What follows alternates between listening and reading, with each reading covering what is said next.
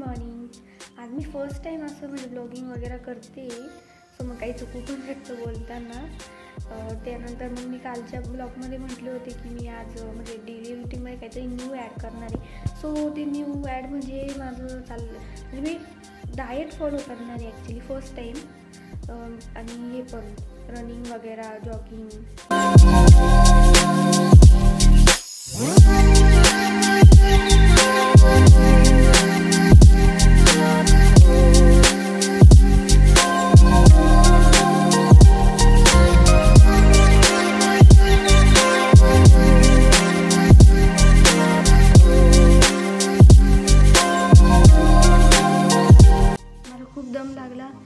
मी म्हणजे 10च केले, आज 10च केले.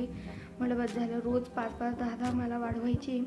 मी ॲक्च्युली ट्राय करेल की मी रोजचे 10-10 वाढवल, म्हणजे त्या करून माझे म्हणजे 1 महिन्याच्या आत माझे म्हणजे 150 होऊन जातील.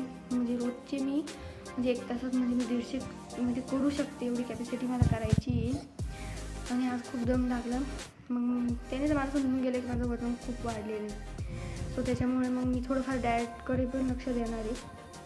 आणि मेन म्हणजे छान फ्रेश फील होतं थोड्या वेळाने. म्हणजे असं वाटतं की मी म्हणजे रनिंगसुद्धा केली आणि म्हणजे सगळं म्हणजे अंगची म्हणजे पूर्ण बॉडीची स्ट्रेचिंग वगैरे होते. कारण की सूर्यनमस्कार म्हणजे हा खरं तर चांगला पण असतो, मी खूप ठिकाणी वाचले आणि हे चांगलंच आहे, केलं पण पाहिजे. सो मी आजपासून ट्राय करते आणि पुढे जाऊन मग आता किती वेट लॉस करू शकते बघते. माझा ट्राय तर असेल म्हणजे मी खूपदा ट्राय केलेलं पण आहे, म्हणजे एक्सरसाइज वगैरे तर नाही, पण मग म्हणजे नाही का डाएट वगैरे की मी चला डाएट पण नाही म्हणते ना, मी फक्त एवढं ट्राय केलं की मी गोड म्हणजे नाही का शुगरची म्हणजे एकदम 0 करायचं आहे मला. म्हणजे मी काहीच खाणार नाही आणि बाहेरचं पण सगळं बंद करून देणार. पण मग माझ्याकडून ते खूपदा झालेलं पण नाही आहे, म्हणजे कंट्रोलच झालेलं नाही. मी कधी चहाच पिऊन घ्यायची, कधी बाहेर गेले तर काही ना काही खाणार असं व्हायचं. बट मग आत्ता तर नाही, ह्या टायमिंगला माझं एकदम फिक्स आहे की मी पूर्णपणे फॉलो करणार आहे. आणि हा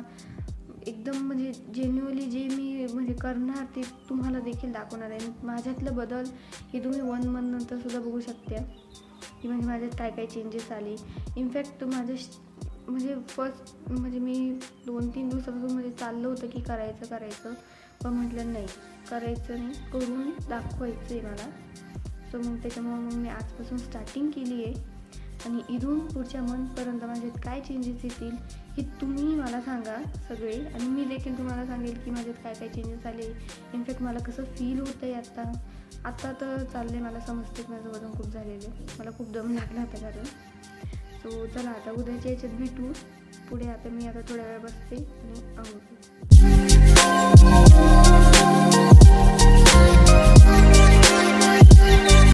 हाय, आता मी कॉलेजवरून घरी आले. हाय, आता मी फ्रेश वगैरे झाले. सो आता आपल्याला केक बनवायचा होता, तर मग आता मी खाली जाते दुकानी तिथे जवळच. सो तिथून मग मी काय काय लागतं ते घेऊन येते. चला आपण जाऊया.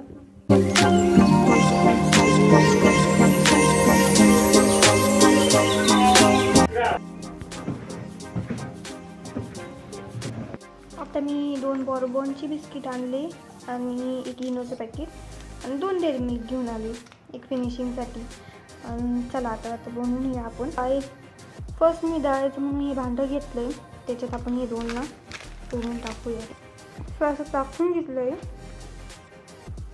सो अशी फाईन पेस्ट केली आहे, एकदम बारीक बघू शकता तुम्ही, अशी बारीक पेस्ट केली आहे.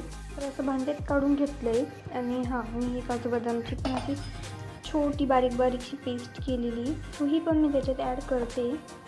सो चांगली ॲड करून मिक्स करून घेईल. छान मिक्स करून घेतलेलं आहे मी.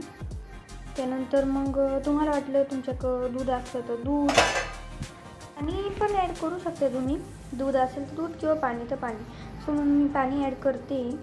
तुमच्या अकॉर्डिंग तुम्ही म्हणजे नाही का ॲड करायचं आहे. आणि म्हणजे कसं असं चांगलं मिक्स करून घ्यायचं. सो मी अजून थोडंसं पाणी टाकते याच्यात. तुम्ही बघू शकते मी मस्तपैकी असं म्हणजे करून घेतलेलं आहे त्याला मिक्स. आणि त्यानंतर मग हा इनोचं पॅकेट घेतलं आहे. सो याच्यात आपल्याला इनो ॲड करायचं. मी 2 बिस्किटासाठी 1 इनोचं पॅकेट ॲड केलं आहे. तुम्ही तुमच्या अकॉर्डिंग म्हणजे करू शकता. सो मग मी इनोचं पॅकेट हां, एक गोष्ट लक्षात घ्यायची आहे, इनोचं पॅकेट ॲड करताना म्हणजे ते एकाच साईडने फिरवायचं आहे, म्हणजे ते मिक्स होतं प्रॉपर. मी पूर्ण पॅकेट टाकलं आहे. त्याचे बघा वॉटर नाही तर ते काही होत नाही.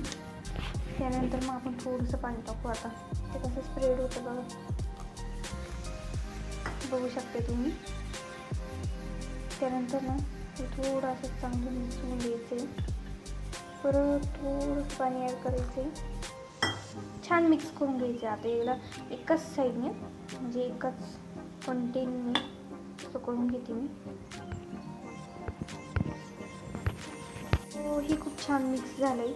आपण बघू शकता याची कन्सिस्टन्सी म्हणजे मी एकदम घट्ट पण नाही ठेवलं आहे, जे असं थोडं थोडं नाही असं पडतं आहे, एकदम पातळ नाही ठेवायचं आहे आपल्याला.